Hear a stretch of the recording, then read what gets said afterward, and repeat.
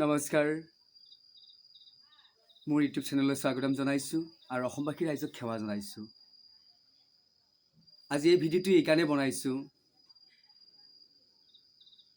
সিদিনাখন এগৰাকী সুকন্যাই 18 বছৰ ছোৱালীয়ে আমাক এটা ডাঙৰ কথা কৈ দিছে। এই কথাটোৰ বহুত গুৰুত্বপূৰ্ণ কথা।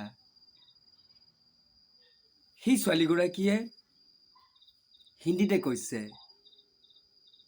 যিসকলে 1 লাখ টকা ইনকম কৰে আৰু সেইসকলৰ আত্মাটো কেতিয়া মৰে, যেতিয়া নেকি 300 টকা হাজিৰা কৰা মানুহজনৰ পৰা খোজ ল'ব, সেইদিনাই সেইসকলৰ আত্মাটো মৰি যায়। এইটো একেবাৰে চিৰসত্য। আৰু সেইসকলৰ যি নিয়ম দেখা পাইছে, তাইৰ মনত বহুত দুখ পাইছে। তাইৰ মনত কোনো অহংকাৰ নাই। তাই শুদ্ধ সত্য।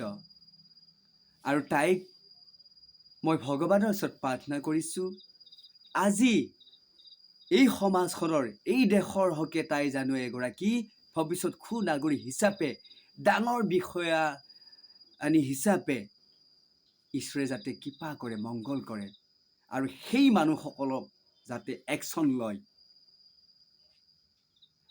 কাৰণ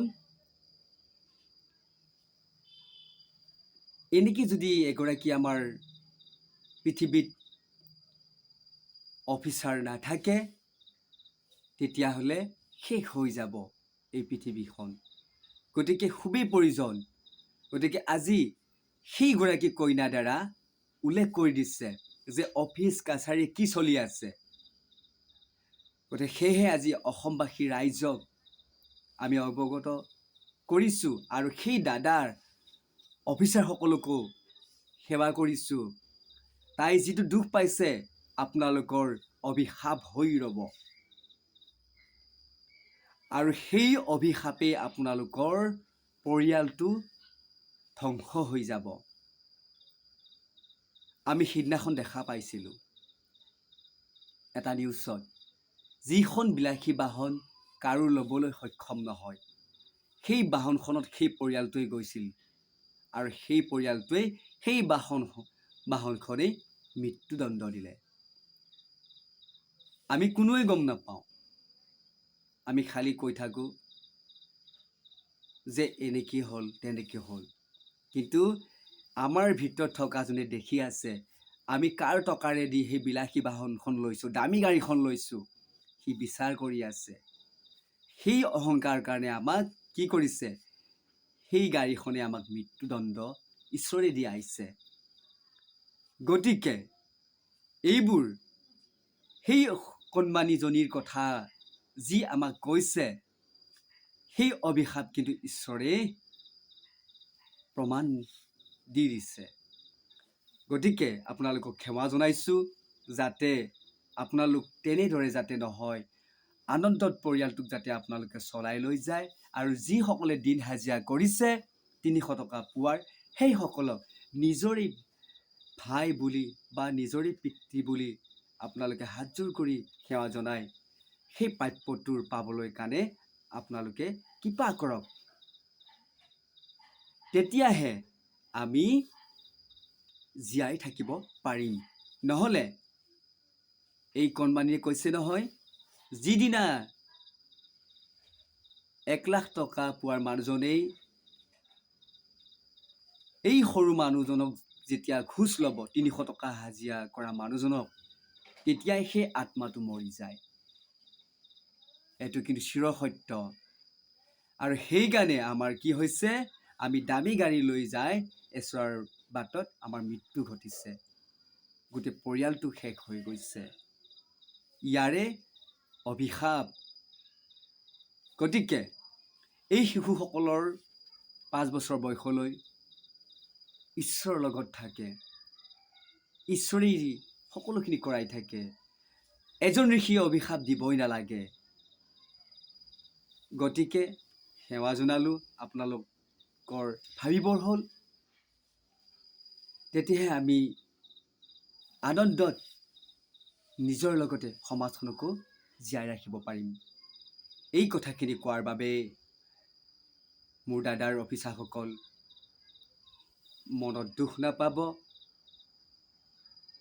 আপোনালোকক পুনৰ সেৱা জনাইছোঁ, যাতে হৃদয়ত ভগৱন্ত পুৰুষ ঈশ্বৰে থাকি সুমতি সুজ্ঞান দি চলাই লৈ যায় আৰু পৰিয়ালটোকো আনন্দমতে যাতে মংগলময় কৰি ৰাখে, তাৰেই প্ৰাৰ্থনা জনালোঁ মোৰ গুৰু ঈশ্বৰক। গতিকে এই কথাখিনি শেষ কৰিছোঁ আৰু লগতে এটা কথা প্ৰকাশ কৰিব গৈছোঁ।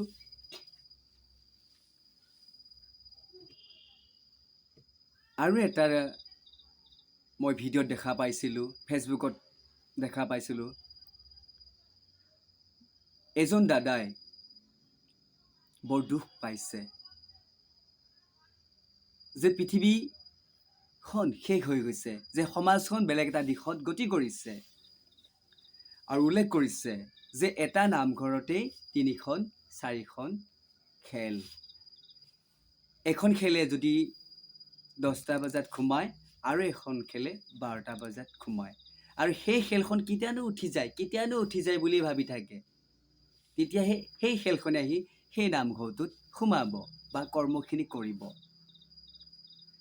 তেনে পৰ্যায় সেই দাদাজনে কোৱাৰ কথাখিনি তো দূৰৰে কথা, আমি নিজৰ গাঁওখনতে দেখা পাই আছোঁ এটা নামঘৰত 2খন খেল।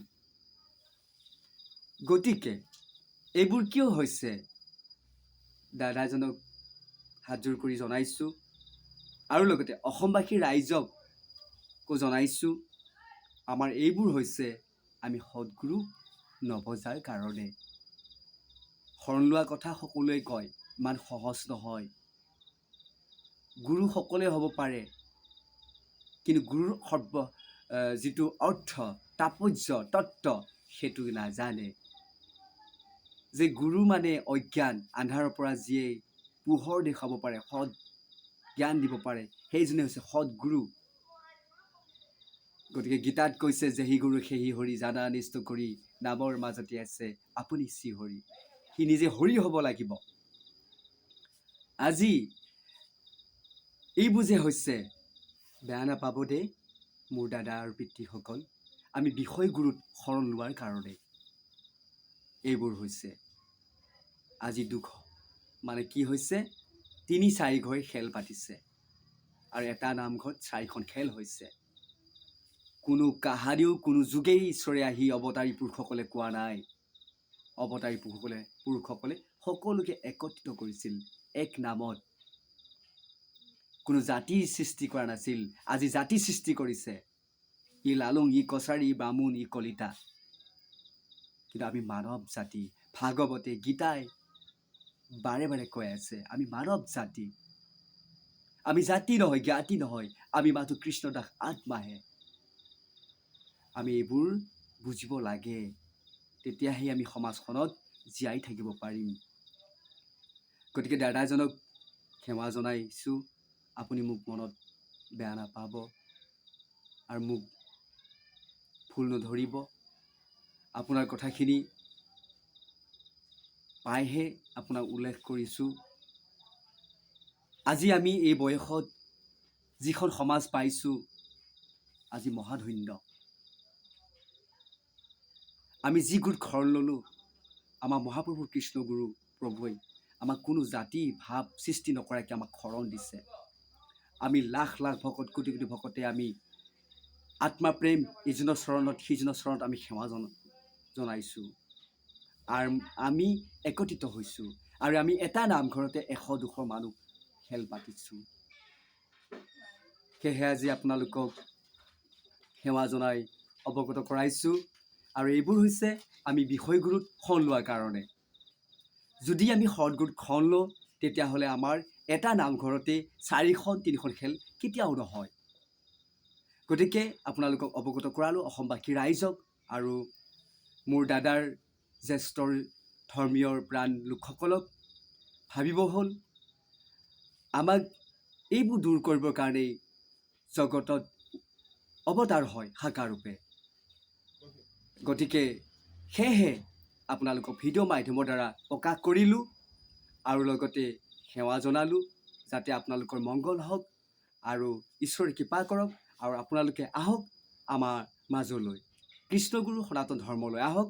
দেখিব জাৰ্মান, ইংলেণ্ড, উৰিষ্যা, আমেৰিকাৰ সকলো আহি এক নাম লৈ আজি 2 কোটি ভকতে কি কৰিছে, একেলগে খাইছে, একেলগে নাম লৈছে বিশাল কীৰ্তন ঘৰ।